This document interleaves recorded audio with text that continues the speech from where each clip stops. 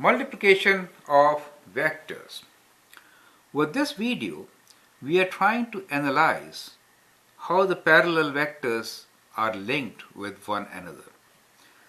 So here we have four vectors. As you can see, they all are parallel. And let us say this vector is v for us, right? In that case, can you write other vectors in terms of v? Try it out. That is an exercise.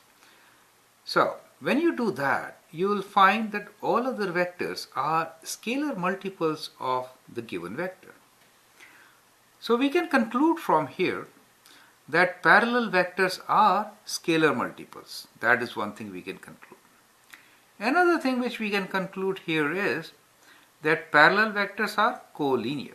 How do we do that? If I translate this vector, let us say this vector is u.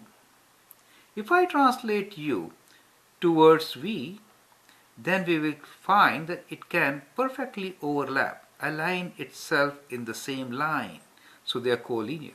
Similarly, if I translate this vector p towards left, you will notice that this can align itself with v in the same line.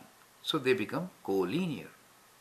Similarly, we can translate q towards right, and so all of them can be aligned in a line, and we call them collinear in a line. Do you see that? So that is what we learn from here, right? So this slide gives us few very good learnings. That is, that if the vectors are parallel, then they must be scalar multiples. They are collinear, right? And if the vectors are parallel and collinear, we can relate them as v equals to k times u equals to k times v, or even v equals to k times u. They are scalar multiples of one another, right? As an exercise, you find the value of k which relates them, right? So find what is u in terms of v. So you can say u equals to what times v, and p equals to what times v. Similarly, q equals to what times v, right? So these are vectors. Figure out what is the number which relates them. You'll find that this number belongs to the set of real numbers. Do you see that? So the k value which we are talking about belongs to the set of real numbers, right?